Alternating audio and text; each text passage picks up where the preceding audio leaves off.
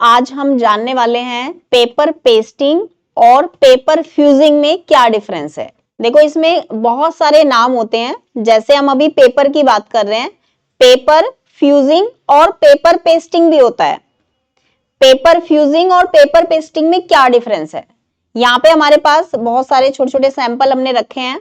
तो इसमें हमारे पास पेपर फ्यूजिंग है और पेपर पेस्टिंग है। पहले तो हम इन दोनों में ही कंफ्यूज रहते हैं, कौन सा पेपर फ्यूजिंग होता है और कौन सा पेपर पेस्टिंग होता है। दोनों ही पेपर हैं और दोनों ही सिमिलर हैं, मतलब बहुत ज्यादा डिफरेंस नहीं है। तो आपका पेपर फ्यूजिंग क्या होता है, सॉफ्ट होता है। पेपर फ्यूजिंग सॉफ्ट होगा और एक साइड से प्लेन होगा, एक साइड से डॉट डॉट होंगे, ऐसे डॉट डॉट। जिसपे डॉट डॉट होते हैं वो होता है पेपर फ्यूजिंग। और सबसे ज्यादा अच्छा ये पेपर फ्यूजिंग ही है, मुझे बहुत अच्छा लगता है, क्योंकि एक तो इसका विड्थ बहुत अच्छा है, ज्यादा विड्थ में मिलता है। आई थिंक 60 इंच विड्थ के आसपास ही इसका पूरा विड्थ तो होता है। उसके बाद ये थोड़ा सस्ते में भी मिलता है, मतलब चीप एंड बेस्ट है। तीसरा, ये बहुत सॉफ्ट होता है, इसमें रिंकल्स नहीं आते, फैब्रिक को एकदम स्मूथ बना देता है। Paper fusing. अब बात करते हैं पेपर पेस्टिंग। देखने में तो आपको दोनों सेम लगेंगे, सिमिलर हैं, लेकिन पेपर पेस्टिंग में एक तरफ प्लेन होता है और एक तरफ होता है शाइनी। आप देख रहे होंगे यहाँ पे, इसमें डॉट डॉट नहीं है, बस शाइनिंग है। पेपर फ्यूजिंग में डॉट डॉट होते हैं, एक साइड में प्लेन और एक साइड में डॉट डॉट नजर आ रहे हैं, डॉट डॉट। और इसमें हमारा पेपर फ्यूजिंग में डॉट डॉट होते हैं और पेपर पेस्टिंग में शाइनिंग होती है, सिर्फ शाइनिंग है और ये पेपर की तरह ही है, बस ये थोड़ा सा हार्ड है। जब आप इसको फैब्रिक के ऊपर पेस्ट करेंगे तो फैब्रिक में बबल्स आते हैं, हमें पता नहीं चलता रीजन क्या है, हम देखते भी नहीं है, कुछ चीजें तो हम इग्नोर कर देते हैं।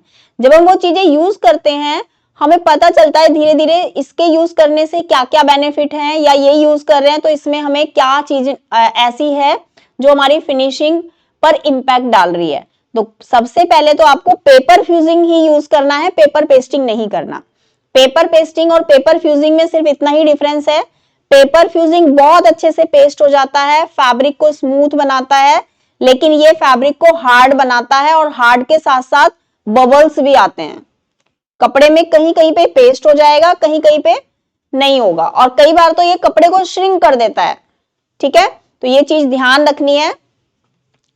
उसके बाद पेस्टिंग आती है, सिर्फ और सिर्फ पेस्टिंग।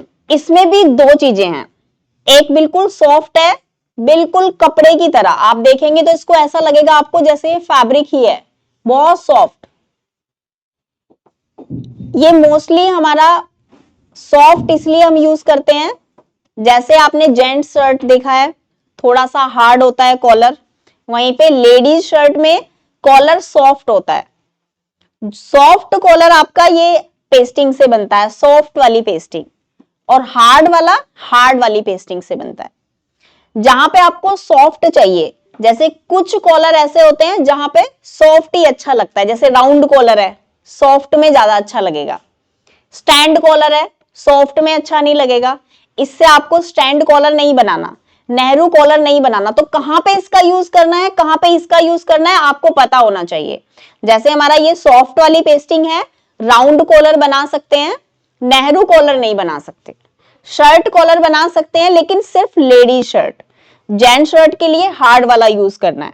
ठीक है, तो छोटी छोटी सी बेसिक चीजें हैं, इन दोनों में डिफरेंस कुछ नहीं है, एक सॉफ्ट है और एक हार्ड है।